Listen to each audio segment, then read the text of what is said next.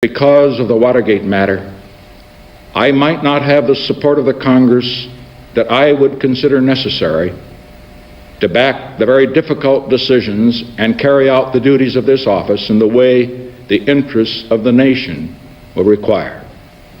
Therefore, I shall resign the presidency effective at noon tomorrow.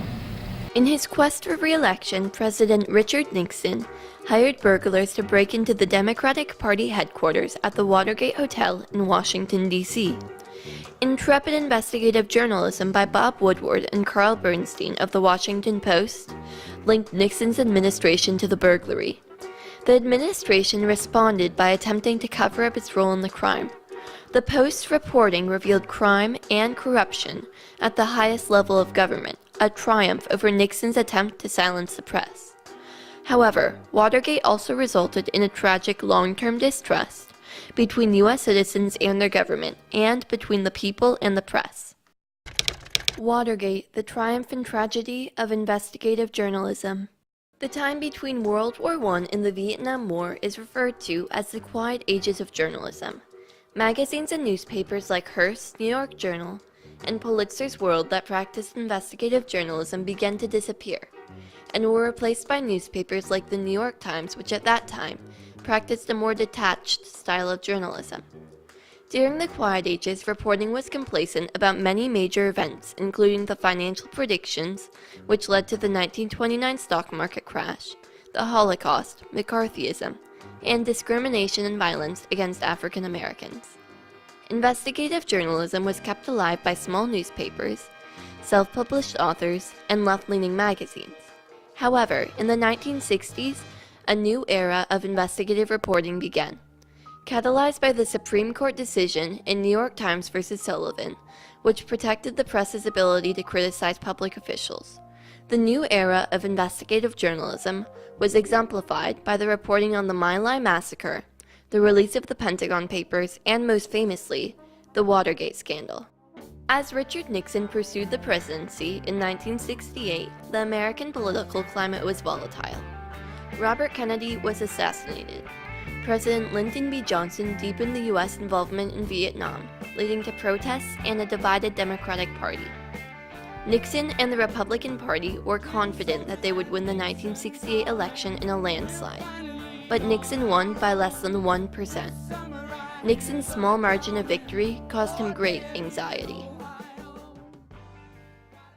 After a controversial television appearance in which he criticized Vietnam protesters, Nixon found himself 6 points behind his Democratic opponent, U.S. Senator Edwin Muskie, in the 1972 race for the presidency. This was a breaking point for Nixon.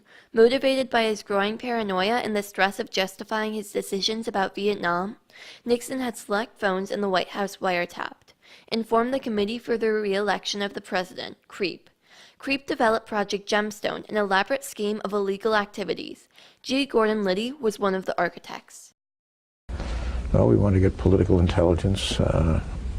We also want to, if we can, be disruptive.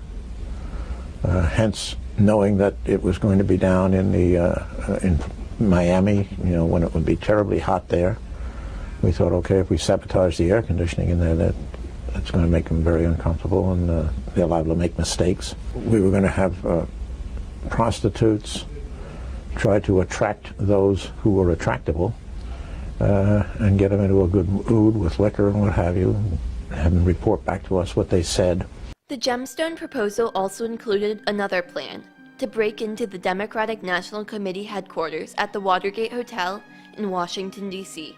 On June 17, 1972, 5 burglars broke into DNC headquarters, were discovered by a security guard, and arrested on site.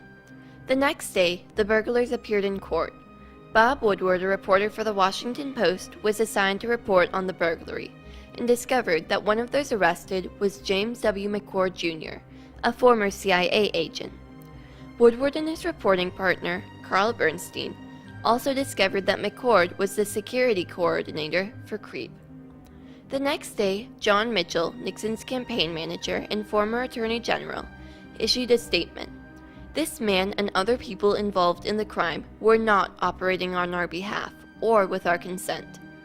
Woodward and Bernstein were not convinced. Woodward and Bernstein's next break in the investigation occurred when Bernstein traveled to Miami and discovered that a check for $25,000 from Creep had been deposited in the bank account of one of the burglars. It was the first time the Post was able to link the burglary to Nixon's campaign. While Nixon continued on his path to eventual re-election, Woodward and Bernstein published a string of articles about a secret fund controlled by Mitchell, which funded Creep's campaign of criminal spying and sabotage. The White House denied Mitchell's involvement and threatened the Post.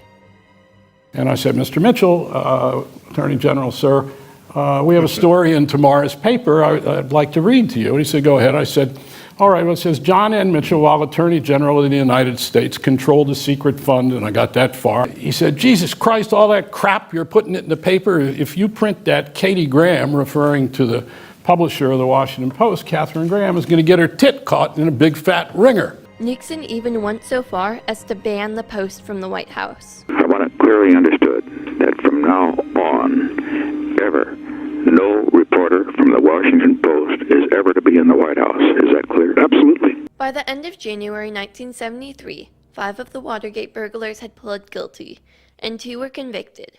While the trials took place, Woodward and Bernstein continued to investigate and report on the connection between the burglary and Creep.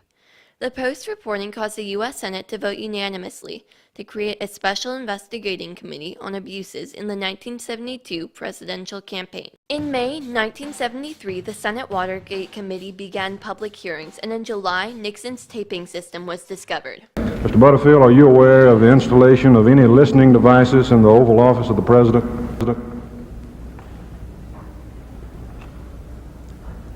I was aware of listening devices. Yes, sir. The tapes were subpoenaed, but Nixon fought their release. Ultimately, the U.S. Supreme Court ordered Nixon to turn them over. They were damning to the president. On August 8, 1974, 3 days after the tapes were released, Richard Milhous Nixon became the first U.S. president ever to resign. Woodward and Bernstein's investigative journalism was a triumph for truth over secrecy and lies, and helped bring journalism out of the quiet ages. Their aggressive style of reporting was imitated by other journalists, and investigative journalism flourished again.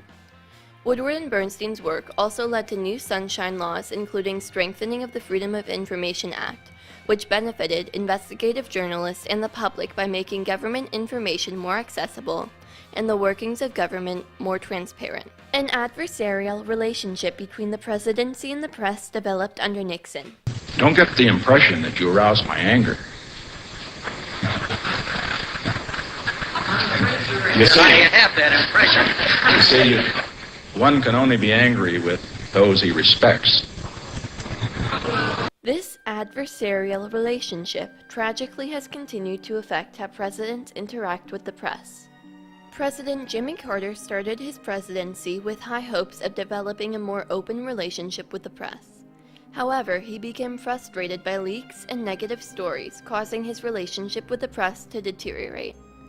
President Donald Trump's relationship with the press is openly hostile, and he has deliberately attempted to discredit the press. Well, when you report fake news, when you report fake news, which CNN does a lot, you are the enemy of the people. The scandals revealed by the Watergate reporting resulted in distrust between U.S. citizens and their government. This tragically continues to impact their relationship today. Before Nixon's first election in 1968, public trust in government was at an all-time high of 77%. Today, it is at 17%. A tragic but less recognized consequence of the resurgence in investigative reporting following Watergate is public fatigue with aggressive journalistic tactics, such as turning insignificant stories into scandals and tagging "Gate" onto the end of every headline. Since the Watergate scandal in 1972, public trust in the media has dropped steadily. This has created opportunities for unethical media channels to cater to a polarized public. The Washington Post reporting on Watergate revealed crime and corruption at the highest levels of government, a triumph over Nixon's attempt to silence the press.